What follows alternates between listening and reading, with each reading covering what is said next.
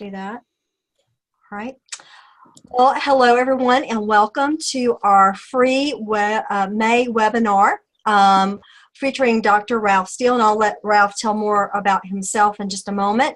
But before we get started, I want to talk a little bit about the online peer mediation platform for those of you that are just joining or those of you that will be watching by video. And we actually have some of our team members on tonight, so you'll see their names in the slides that I'm going to show in just a moment. So let me share my screen. Let me make sure I share the right thing here. So here we go. So Ralph, what do you see? Do you see a PowerPoint? Yeah, I see the online peer mediation platform. Wonderful, wonderful. Okay, awesome. Okay, so we are a group of educators and professionals from many organizations. And here is a list of our team members. I won't go over everyone tonight, but I will point out two of our team members that are on tonight. Kyle Bruner, who is the past president of the Georgia Association for Conflict Resolution and registered mediator. He's also owner of Bruner Mediation. And then, of course, Ondine Gross, who is author and nationally certified school psychologist from Champaign, Illinois. And she is going to be doing a webinar in August. And then Kyle's going to be doing a webinar at some point as well. So all of our team members really have a lot of knowledge to share. And so I would be remiss if I did not introduce these two wonderful people who are with us tonight. A little bit about OPMP. We were initially funded by the James Foundation in 2014. We were grant funded. We were also managed by the Association for Conflict Resolution, and then in 2016 we were taken over by the National Association of Peer Program Professionals, which is a nonprofit organization. And so we have 4 goals of our platform: providing people with free resources. We believe in free. I think Ondine said it best earlier when she said we just like to share ideas, and that's part of what our platform is sharing ideas. That's why we provide these free webinars, and we have lots of free resources, and if you know of resources that we should share, we'd love to share on our website. So here's just some of the things that we have as far as our resources: links, best practices, research, the peer mediation standards. I don't know, for those of you that are joining tonight, that there are standards for peer mediation. We have curriculum that we share, and of course we have lots of media. We also provide online training and basic peer mediation skills for students. We will help your schools, if you're interested, learn these basic peer mediation skills as either part of your mediation training or if that's something you want us to do. So we do have this online training we do provide. We also have online peer mediation skills development. If you already have a peer mediation program and you just want your students to practice, we have students here in the United States that might want to practice with students in other countries. So we do provide that as well.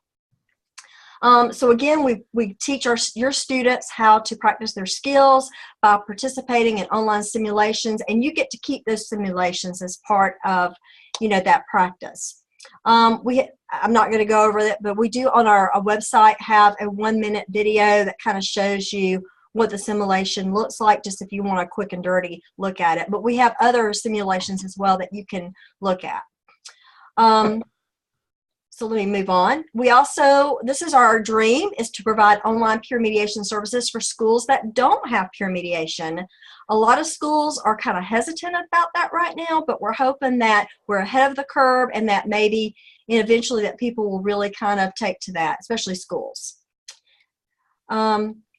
And then, we are all about student safety. I know that's a lot of the concern with schools, is that, hey, you're using this online platform, are students safe? And yes, they are. We actually provide, we have no contact with the students. All the activities are carried out in the school under the direct supervision of the peer mediation coordinator. So we are looking for partners, schools out there, if you're interested. We're looking for qualified trainers and mediation centers who are experienced in mediation to maybe join us. And this is what that looks like. So we have the online peer mediation platform, the mediation trainer in the schools. We will provide training and online mediation to the peer mediation trainers, and then you will apply that online to your school. And then the schools will give you feedback, And then we will take those case studies and lessons learned to create best practices. And this will be great free resources, again, for the peer mediation community, which is what we're all about. We also have other services that we have recently added, and I just want to just share those very briefly. We do provide peer mediation coordinator training online. It's a 32-hour intensive training that you will receive a certificate from the Association for Conflict Resolution. So we've been blessed with that. We do provide organizational conflict resolution training to organizations. And so we know that's a big thing. Conflict in organizations costs a lot of money. So we do provide that training. Ondine provides teacher-student mediation for schools. So if you're interested in that, Ondine is our specialist in that. And then one other that is coming soon would be mediator mentor training for college students who are interested in mediating and providing practice for high school and middle school students. So that's a little bit about us. And so if you have questions, feel free to reach out to me. My name is Cynthia Morton, and you should have received an email from me about this online webinar. So you can email me anytime. And then we will have our next webinar will be in June.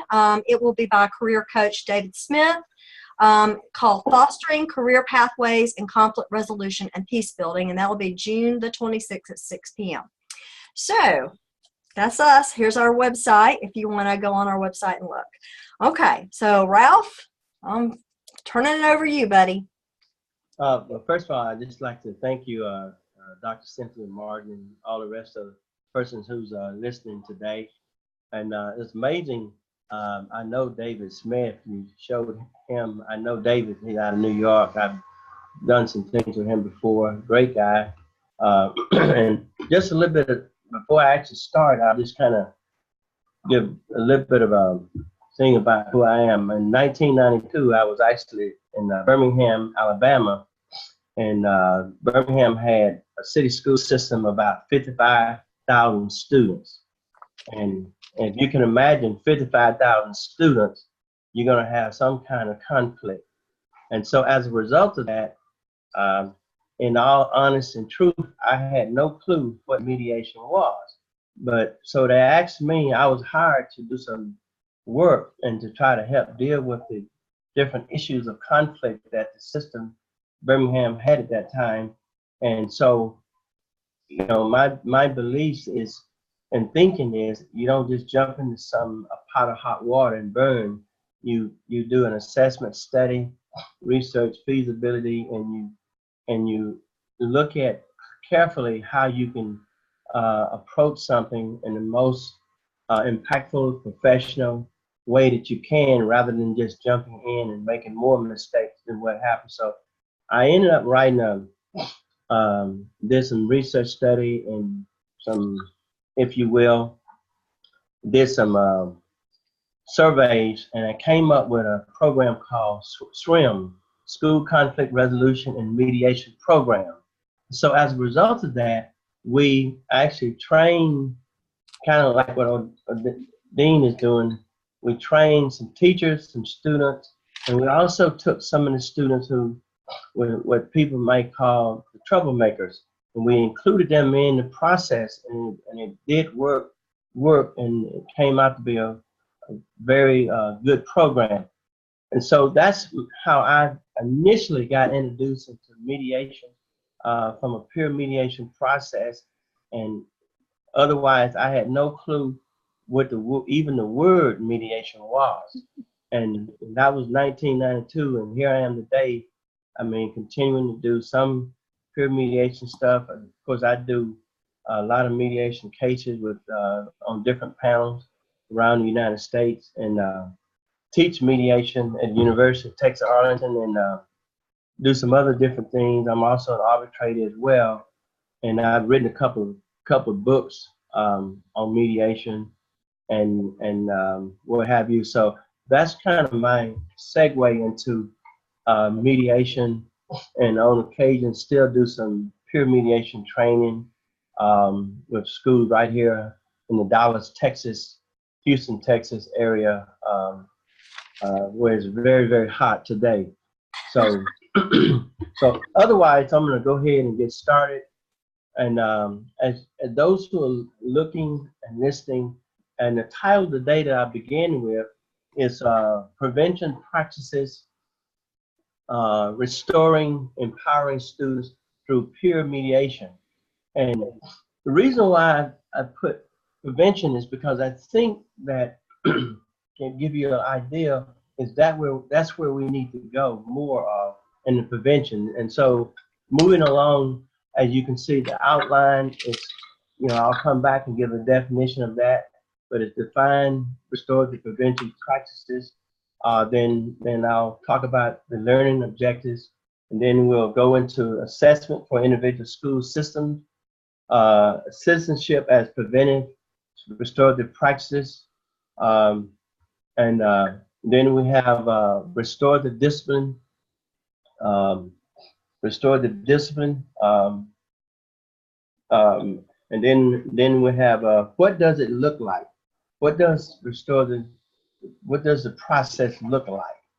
And then the peer mediation team, what it consists of, and then each student adult receive a minimum of 20 hours. Sometimes some systems would do 30, some would do 40. It just depends on your what school system you're at and what they desire. And then finally we will end up with a conclusion. And of course, if those who might want questions, you can stop me at any time. I'm pretty easygoing. You can kind of stop me and do questions at any time you like. But now we're going to go back and kind of talk a little bit about what is the restorative prevention practice. Well, the first thing is it is not guilt by association. It is maintaining the balance of educational policies and their daily actions. It is primarily a mode of preventing negative versus intervening. Secondly, it can effectively deal with severe negative behavior, but the goal is prevention. And because when students do things and their behaviors are negative, we have to do something about that. But if we can do some preventive things, I think that we will cover more ground, we'll be more effective, more impactful, and then above all, we can empower the students to do things. The question is, can we really prevent many of the, do we wait for our innocent children to be bullied to PTSD or gunned down like a slaughterhouse, like some of the things we had? We had one here in Houston, of course, and one in Florida and other places.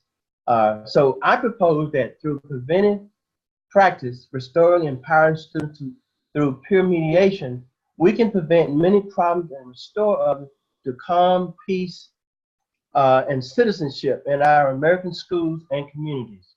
And I believe we can do that. Restorative practice is inspired by the values and principles of restorative and preventive practices, a worldwide social-economic movement to institutionalize peaceful approaches to both prevent negative behaviors, and address negative behavior, solve severe problems, and uphold human rights for everyone. If there is a greater focus on prevention, I think perhaps less focus will be on restoring the harm, because the first thing when you talk about restorative justice, naturally people think about, well, wait a minute, what happened? What type of harm happened? So we have to restore or repair that injury, and as much as we can, restore that person, and hopefully the person will have some healing if that happens, if that can happen. Sometimes it can, sometimes it cannot. The basis of restorative practice, from my perspective, is that it is a no-fault process. No-fault process. It seems when there is a no-fault process, it allows students to be themselves without stereotypical judgment. The premise of no fault does not mean in pure mediation that we exclude responsibility and accountability. I was once teaching a mediation course at the University of Texas, Arlington, and I had a police officer in my course. And when I used the term no fault, the police officer could not even grasp the perspective at all. And so I had to explain how there's a difference between no fault and responsibility and accountability. We hold all students and adults responsible and accountable. There's no way around that. And so in that context, the no fault, this process from my perspective is no fault.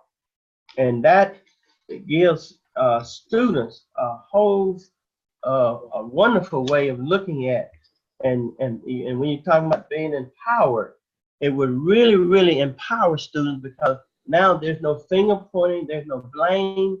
But now, okay, if they did something though, they still have to be accountable for it. And so that's where I'm at in terms of the prevention category. Now, kind of, we're gonna go over the learning objectives. The learning objective today is assessment for peer mediation. So, and I'll come back and kind of give a deeper, deeper explanation of what that is. The no fault premise for peer mediation, because you have to look at it from a no fault perspective. Define what is restorative practice in peer mediation. An explanation of citizenship as systems thinking theory in peer mediation. And then finally, identify the restorative practice of peer mediation. And those are the learning objectives today. You know, I mean, for those who are listening, and of course, if you have any questions, just you know, key into your. I'm not IT. You know, I went to law school, so you ask me something about law or psychology, I can help you. But ask me something about IT, I can't help you. So now what I'm going to do is kind of go into assessment. What do we look for when we do assessment? When you're looking for assessment for kids, because I think that is a clue into how we can better make peer mediation and the restorative prevention practices effective. What do we look for? Well, one of the things we look for is with a question: where the focus is to resolve a conflict, disagreement, or understanding between the teacher and student. Number two, is the focus between student and student dispute or some type of disagreement? Another thing we assess is where the focus is to address a student's misconduct, which may have caused harm or had an adverse impact on other students, but where no individual has been directly or seriously harmed. Another assessment question is where the focus is to initiate a process that will help to resolve a conflict, disagreement, or understanding between the student and other parties. And it could either also be a particular group in a school, could even be a gang for that matter. And then another focus for assessment could be where the focus is to initiate a process that will help to address the harm that the student has caused to another person, another student, or perhaps another teacher. And then another one, assessment is simply this here, and this is the most oxymoron one, is how can we assess a school and a peer mediation program to just simply help students model what I call good American citizenship behavior. Model it as a preventive process. And I'm not saying that we don't have that in some schools, because certainly we do, but perhaps we can increase the number of students doing that. And I think there we have a potential for prevention, because my position on this is if we can say, okay, of the mediation program on a peer level, if we can say 50%, and I'm guesstimating here, 50% can be prevented, and the other 50% can be where we actually deal with something that has happened. And I don't think people look at peer mediation or any kind of mediation in many ways as preventive rather than, well, reactive. Let's do something after something happened, a child behavior occurred. Let's do something after that. What I'm saying to you all today is let's be proactive, and this is not just a proactive thing, but this is a restorative preventing mediation for peers, at a school system, that we can prevent some things rather than waiting for things to happen. And that's the way I think. And I think that's part of systems theory, is because if some of the children or have issues at a school system from a psychological, emotional, or whatever, even academic perspective, then now if we're doing some assessment with that, because we can even assess, kids who have psychological, emotional problems, and then try to be ahead of that. And sometimes some of the kids that we may not have assessed, because we assume that they come out of the great American family, or in other countries, the same difference, that they are the good kids, but yet sometimes they end up doing things that we may not ever expect to happen. So now we can do those assessments, and we can perhaps reduce and some of the percentage of behaviors that's occurring in our school systems. And that's the way I went to school back in 100 years ago.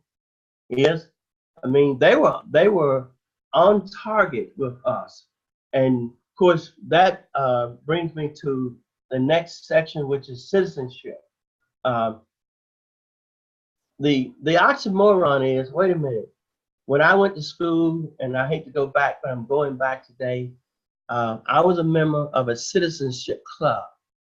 So what did we do?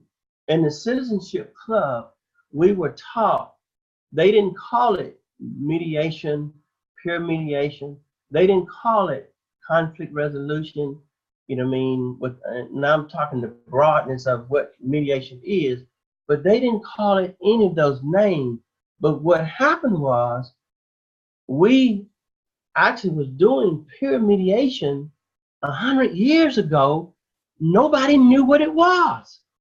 And as I reflected back over the years, wow, I went to a Catholic school. I did go to public school, but I also went to a Catholic school, and I discovered that the nuns were actually training us in peer mediation. They had another trainer too that they don't allow today. They call it paddle, but they were training us in peer mediation back then, and using a citizenship model for us to be good American citizens and to be good students in school, in order that our behaviors was less, particularly the negative behaviors. And so I propose that the issue of citizenship be used as as part of the overall approach for those who are listening, as part of the peer mediation perspective. Because when you look at mediation from a broadly standpoint anyway, mediation in itself is an interactive process that uses interdisciplinary processes and interdisciplinary theories and professionals, professional, like sociology, psychology, education, communication, legal aspects, communication. It uses all of those approaches. So I'm saying now we can use citizenship. What does it mean? What criteria do we have, and can young people use in order to be good citizens in order that our schools are safe and that we can create safe zones in our schools and do it from a preventive process. Yes, we have to do things, and yes, no school is going to be perfect, and yes, no school will have perfect, students. We know this, but can we take a leap of faith, a quantum leap, and do better? I think we can. And I think we can do this worldwide, globally. In Georgia, in Texas, I'm here in Big Dallas, Texas, and we can do it here, and we can do it everywhere. So that's the thing. Now, when you look at the citizenship, of course, you have to have model training, develop a model training approach. And if and I don't have time to go into that complete thing today, but if you email me or go through Dr. Cynthia Martin, I can get you a model training of what citizenship looks like in a restorative peer mediation process, because it has the training, has the goals, and then it's also a student teacher or counselor collaboration, because you want it to be that. It's not just from the top. It's a balance of involvement from both student and teacher. So the next thing we'll do is go into restorative discipline. Restorative discipline. Now, restorative discipline, is the B part. The citizenship is the A part. Restorative discipline is the B part. That's the part where the no fault comes in at, because when students do things, my philosophy is when anybody does something wrong, they really know it. So the first perspective of discipline is to use the no fault process and look at what happened and sitting down with students and now figuring out how do you restore the harm or the injury or the negative behavior that has occurred, in order that we can have restorative practices in a school system. Hopefully they're not severe. Hopefully they're, if they're major, we can still deal with them. And if they're minor, it's easier to deal with. A minor negative problem versus a major negative problem, and we can deal with that. So now, what does that look like? What does it look like? Number 6. For me, what that looks like is the students are being heard. I was reading an article the other day, and I kind of read a lot of the articles when a lot of these schools have these serial killings and what have you. And it's not just that, but I read some more articles, and it was said one of the primary reasons that some of the students are committing some of the gun violent crimes in the school system, but not just that, but in general, some of the what I call the major severe negative behaviors is because those students may or may not have been heard. And they may have been on suspension or expulsion or expelled for some time, or they might be in school suspension. But so what I propose is this: if through the peer mediation program, we can develop what I call the circling process, which I'm sure that some of the social workers, counselors, and psychologists do from time to time, is in that circling process, if nothing else, we can ensure that students are being heard. And one of the goals of any form of mediation is that when people come to mediation, they have to be heard. The mediator ensures that the person is being heard. And so that's the same process that we can do for the students. The B part is, now that the students are being heard, they are also allowed, in a very confidential perspective, and all mediation needs to be confidential. I mean, as far as we can do based on the legalities of the law, but they are able to express their specific issues.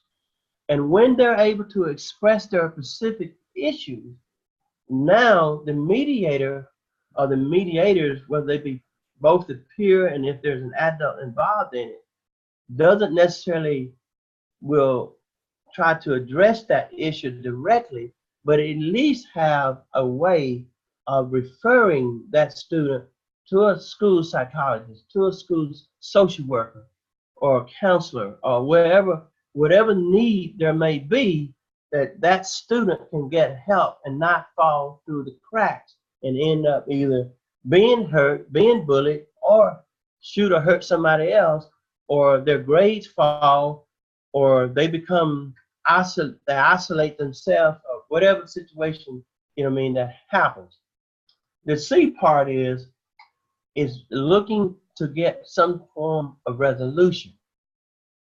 And when we do this in the peer mediation, we allow, of course, in all of the whole nature of peer mediation is that the students are so involved that they're also involved in the resolution process and the agreement and what will happen, what will take place, and the scheduling, you name it. And so as a result of that, now the students can help bring resolution to the process. And it's not just, those of us who are adults telling them what to do. And I think now in this resolution process, in essence, what it really does, it empowers students. This is where, when we allow students to be a part of the resolution process, this is where, in the title that you have today, not only do we provide the restoring, but we also are allowing the student to be empowered, because now they can make some decision that already preset the decision of, approved by the school district, the school system, the superintendent, you name it. They're confidential. They won't be, there's no blame or anything like that. Again, going back, it's a no-fault process. And I think in that context, the students end up doing a great job. And there's a school system here, I won't name the school system in Dallas area, and I've been part of that school system, and I was able to see the students in the resolution process. And in that resolution process of bringing the restoration and the empowerment, but also it does D, which is potential healing. As we know, a mediation process is not a counseling session.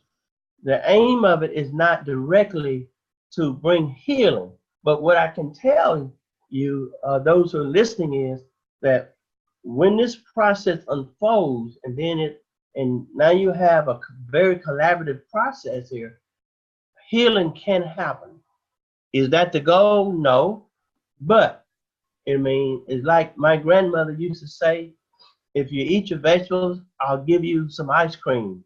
So we take all of the good things that come with, what we do, and that way we are maintaining the standards that exist, as because any form of mediation has standards, and so we have to maintain those standards. And there's nothing wrong at all with seeing, and I'm sure some of you who have already worked in the peer and other forms of mediation, you're seeing people heal from that process. And of course, that's not our goal, but we take it. Now I'm going to the next section, which is the peer mediation team. What does a peer mediation team looks like? My proposal, and of course, every school will have to determine that themselves. But I propose that the peer mediation team definitely be at least 50% students. I know some from a diverse cross-section as much as possible. I see some schools, have a little bit more adults.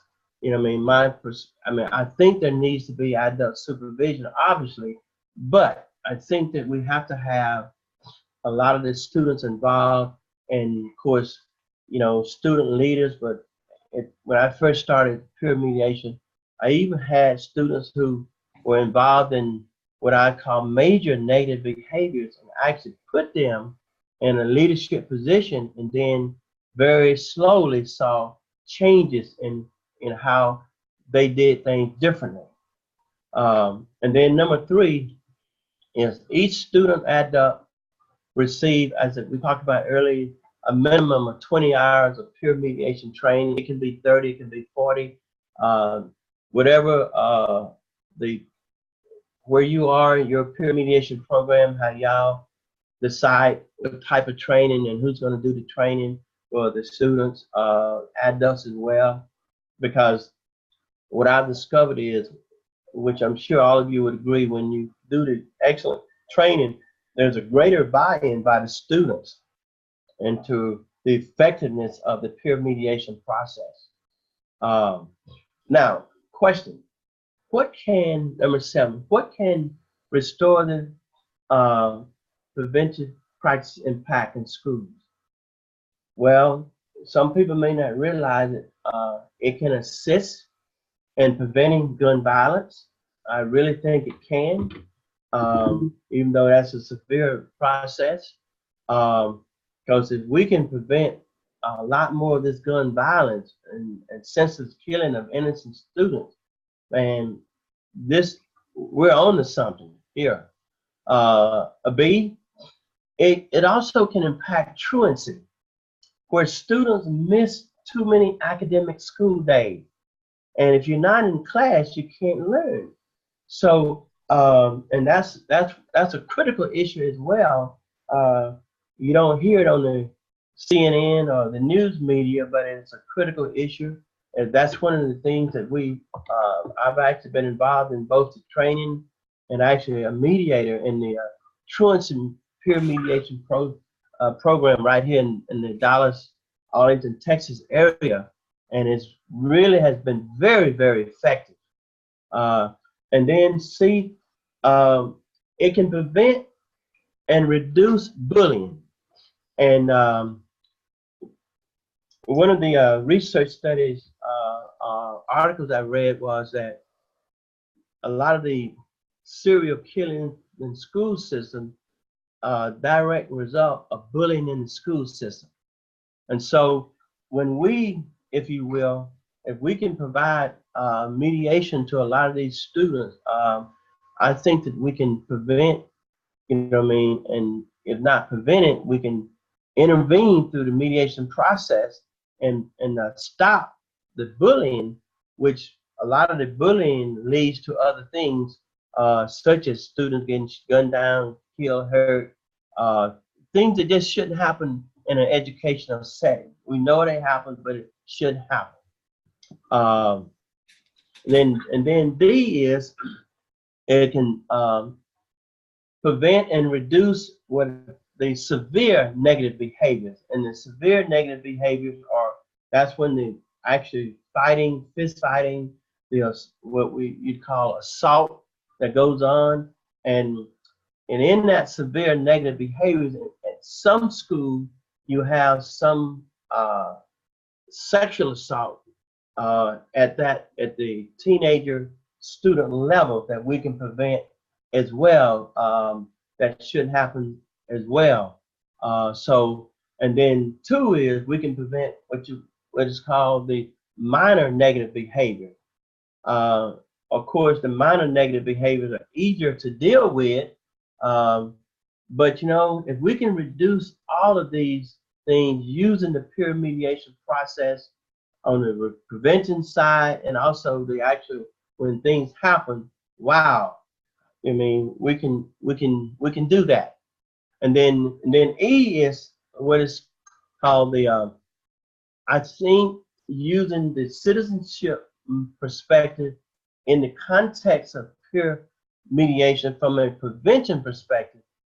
We can actually have schools to start modeling good behaviors. And of course, I'm not indicting any schools saying that we don't have some students already modeling, but we certainly cannot, it won't hurt to have more.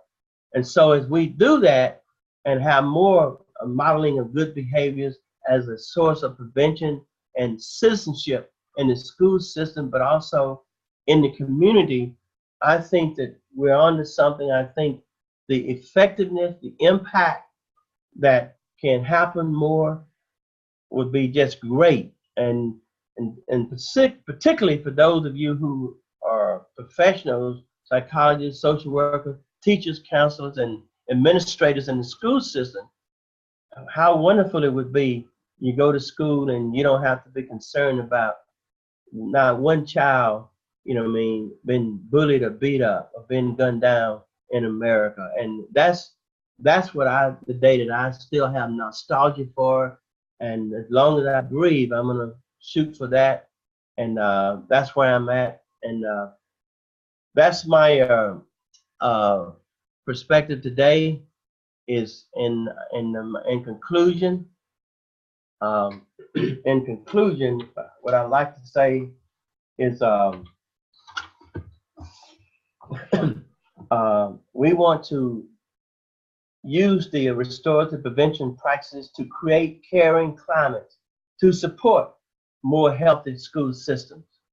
We want to use the restorative prevention practices so there is understanding and the harm that when it does happen, if it does happen, we hope it don't, that there's a development of empathy for both the harm and those who did the harm.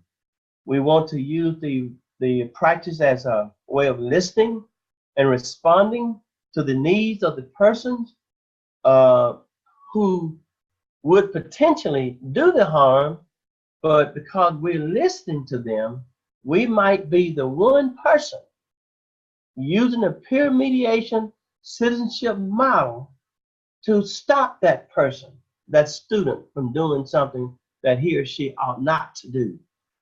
And then we use this process as an encouraging accountability and responsibility through personal reflection within a collaborative environment. The circling process, having students sitting in a circling, big, huge circle with a supervisor of the peer mediation process and peer mediators in that process, that in itself can encourage responsibility and accountability for students. And then the reintegrating the harmer into the schools, because some students get suspended in some cases or in school suspension, and they encounter shame and guilt.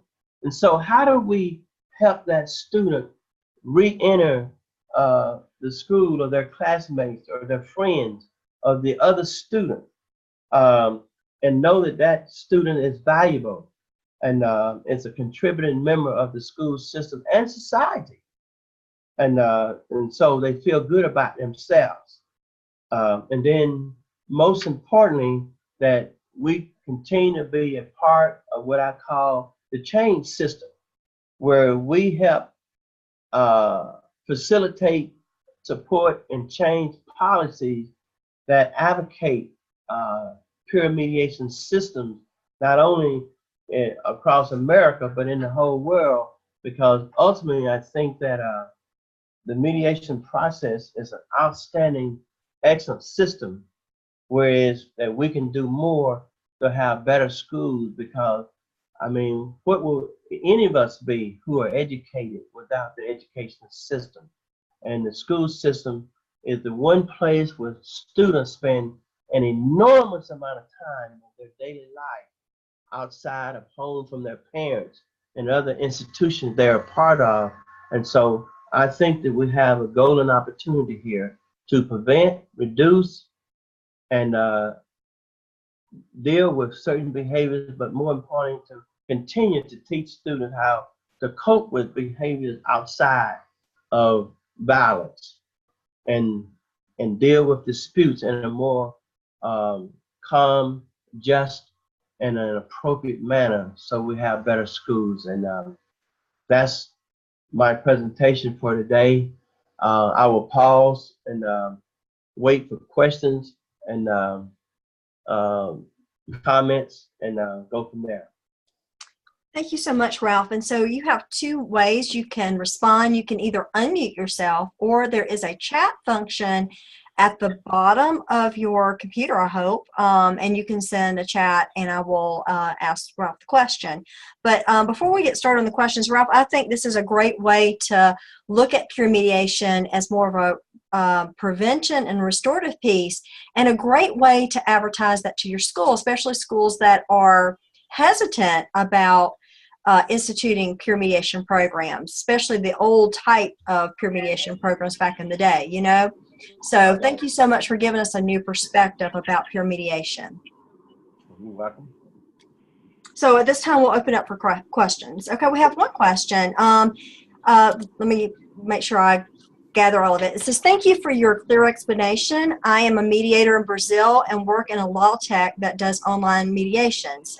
I was looking for information on different approaches on the subject. I studied school mediation in Argentina with mediators from the Ministry of Education. Here in Brazil, the mediation is just starting. So I think this person is really looking for additional resources. So do you think, Ralph, that you might provide some resources for this person, or should this person maybe reach out to you and you provide them, because you have copious knowledge of the law?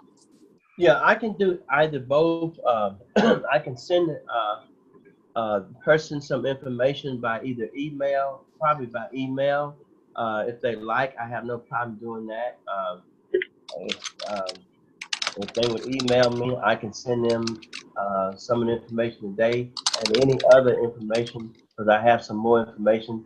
In other words, I can basically send them a packet of information, and then they can use it according to how they need it in their schools, in their system. Okay, and Ralph, what I'll do is I will text that person your email if you're okay with that. I'm okay with that. Awesome. I won't charge you anything. Thank you, Ralph. That's very nice of you. Okay. Anybody else have a question for Ralph, or even a comment? One question. Can you hear me? Oh, sorry. Hello, can you hear me? Go ahead, Kyle. Oh, okay. Hey, Ralph, it sounds like you were interested in actually having a school culture change, which I think is a good idea. My question is, in introducing these programs, how long before you notice the actual culture change in these environments that you introduced? Actually, very good question, Kyle. Actually, I've noticed it actually within a 6 months to a year process, because what happens is a lot of the students, believe it or not, that's what they desire. They actually desire, you know what I mean? It's almost like having a child in your home. Let's say you have a child and you don't provide them with structure and boundaries. So now these students are actually, once this is consistent, there's a change. It has to be a consistency though. Mm-hmm. If it's just something you do one time and throw it away, cast it away, it doesn't work.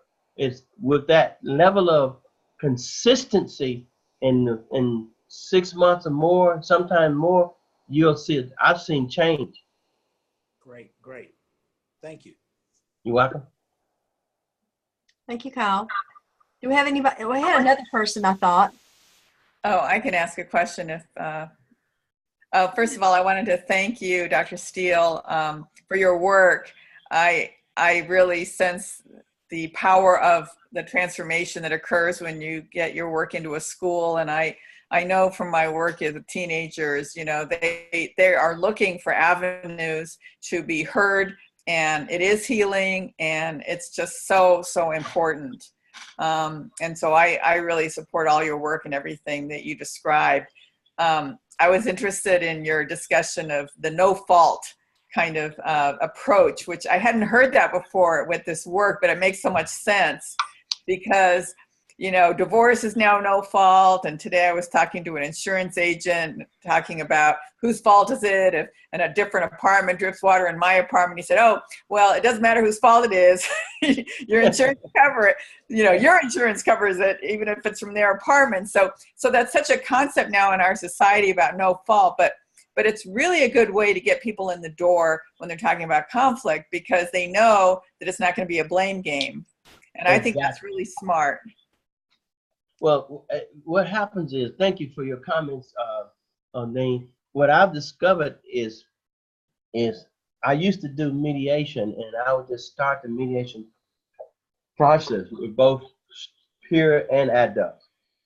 And I noticed that when I just started off, everybody looking around and they like, wow, well, wonder who's at fault today.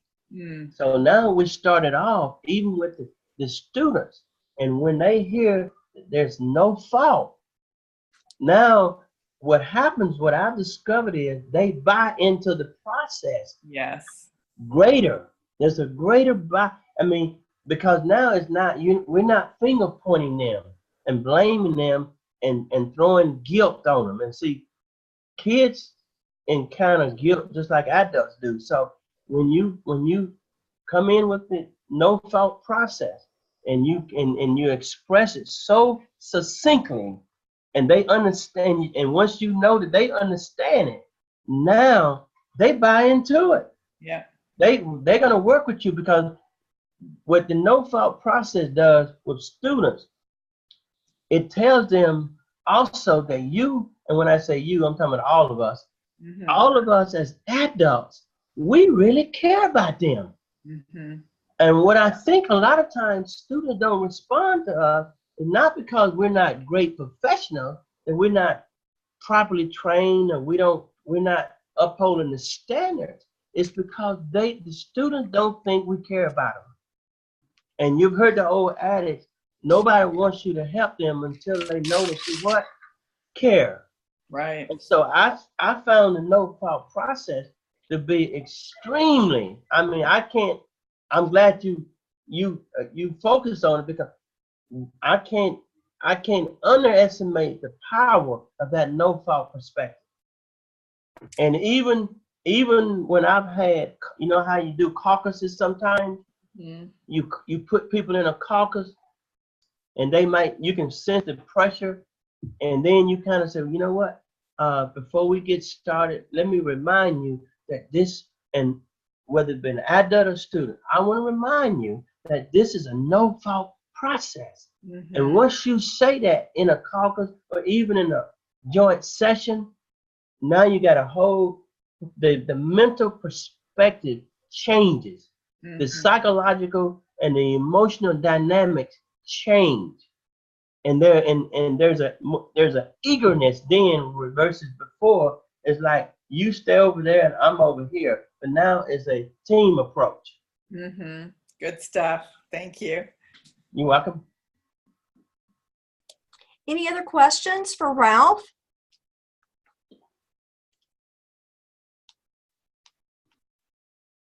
Ralph, you did such a good job. Everybody has no questions. Well, Ralph, do you have any parting comments of knowledge that you might give anyone that may be interested in starting a peer mediation program? I think we had some people that said they didn't really have one, but they were really interested. What would be a good starting point for anybody interested at this point? I think a good starting point is sometimes some school systems are not adept to receiving new programs. We all know this here.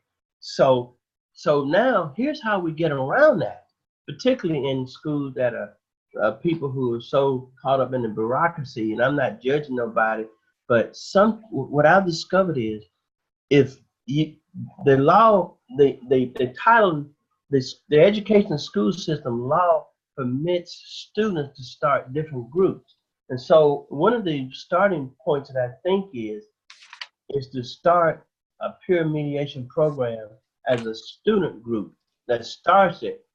And now once the student group starts it, you have to have a faculty, staff, adult supervisor, a sponsor to have it going. That's how I started one at a school that the principal did not want it.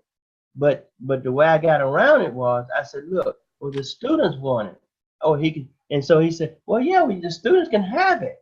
But if I wanted to start it, it's like, no, you can't start it because we got to pay you. But the principal was thinking, wait a minute, you got to pay me extra. No, I don't want money. I just want the students to have it. So now it was afforded an opportunity for the students to start it, and then grow it from there. Build it from there with the training and everything. That's my suggestion to those who don't want to deal with the bureaucracy in schools, because you don't want to fight that elephant at all. That's not I don't fight no system because it's too big. But if you find an easier approach to do it, and now you build on it from the student's perspective with an adult sponsor, you can make a peer mediation program. Very good. Oh, that was a great nugget, Ralph. Thank you so much. So before we end for tonight, I want to thank Dr. Steele so much for imparting his knowledge and just giving of his time. Thank you, Ralph, so much. We really appreciate that. And I would like to thank all of you who are on tonight, and those that cannot be on tonight. We are providing a copy of this video, so please feel free to share this video with anyone. We do provide monthly webinars each month. Our next one, again, is June 26th, and we will have that information on our blog, which is on our website, which is puremediationonline.org. If you're interested in finding out more information about peer mediation training, please reach out to us so that we can help you. If we can't help you, we can provide someone maybe that can help you. And we just want to thank you for your time. So as we end tonight, anybody have any comments they would like to share, or just information that you got from tonight's webinar that you thought was powerful? And that's how we'll end tonight. I love what you said, Ralph, at the end about kids, starting their own peer mediation organization, because you do have to have a sponsor for that. That was pretty powerful for me. Thank you. Yeah, that's been the most helpful thing for me, because sometimes the teachers, counselors, or the faculty staff may not be allowed, but the students have that right. Awesome. And that's been the best approach. And because if they start it and they like it and they buy into it, it's on. It's on then. And now we will save some of these kids from being hurt. And that's what's important for me, is creating a safe zone for these kids. And for me, for me, peer mediation is a form, vice versa, of citizenship. We are citizens of America and of the world. That's where I'm coming from. And you can't truly be a citizen unless you're peaceful. And that's my 2 cents of joy and hope and peace for everyone. Again, I thank you, Dr. Martin and Kyle and Undine and everybody that's listening. Have a great rest of the evening. Ralph, we had one person. Lillian, did you have you raised your hand? I did. I had a question as to what's the difference between the peer mediation and the conflict resolution? Okay. Great question. Okay, the difference between conflict resolution is everybody actually uses conflict resolution every day, whether they realize it or not. Now here's peer mediation. Peer mediation is a systematic process that has standards and is part of a legal process in some way, and whereas conflict resolution, anybody can do it. There's no process to it. You can do anything to do it. There's no standard to it at all. Whereas peer mediation is a systematic process that's clearly defined using communication, some of the legal issues, using psychology, sociology, you name it. You know what I mean? Using that process, and you know, I call there's a guy named Douglas Noll. He wrote an article called and some of you may have read it before. Douglas Noll, he wrote an article called The Theory of Mediation, and in that theory, he uses a 4-letter word called CRIP. CRIP, and basically the CRIP. C is content, R is relationship, I is identity, and P is process.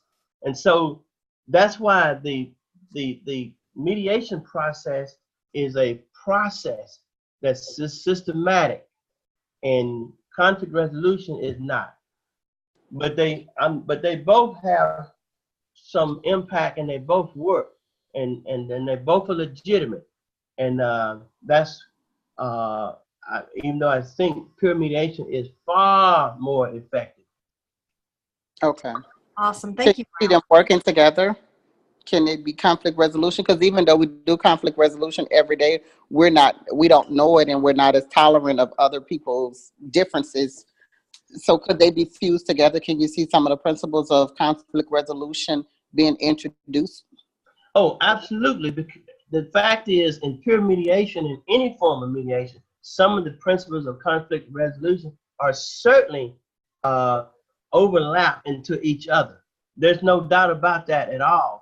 Because in order to really understand mediation, you have to understand to really understand mediation, you really have to understand conflict resolution anyway, and what is a conflict, and then how is it resolved. Thank you. You know, that's kind of how I look at it. You know what I mean? So yeah, they interact, no doubt at all. Awesome. Thank you, Lillian, for asking. And so, Karina, I noticed you just came on. I'm sorry we were 6 p.m. Eastern time, but the good news is I recorded this webinar and you'll get a copy of it. So don't feel bad. Okay, thank you very much. Oh, thank you, Karina, for being on. So, okay, well, we're going to finish up. Thank you so much. Again, Dr. Steele, thank you, and everyone for being on, and everybody will get a copy of this webinar. Thank you very much, Dr. Martin. Y'all, everyone, have a great evening. You too. Thanks. Bye-bye. Goodbye.